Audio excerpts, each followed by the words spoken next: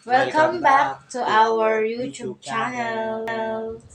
For today's video is magluluto kami ng pagsahog sa nachos. Yeah.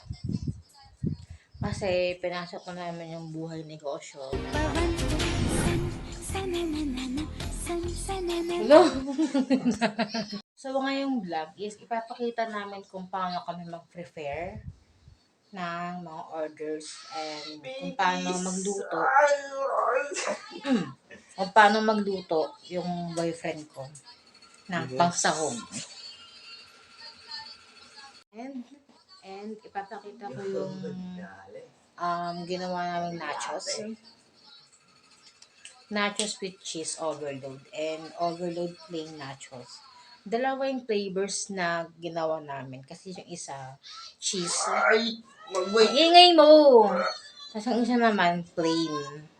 Ang cheese naman kasi is overload siya sa toppings like pork, pipino, and kamatis, tsaka onions, na kulay white.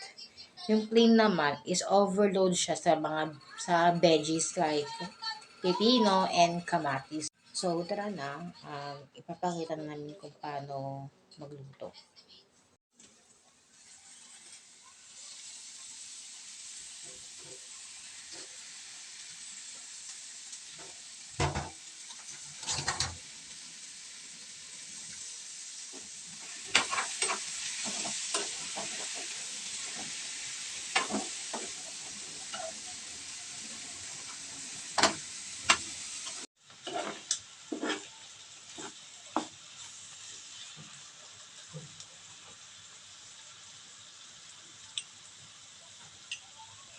Wow!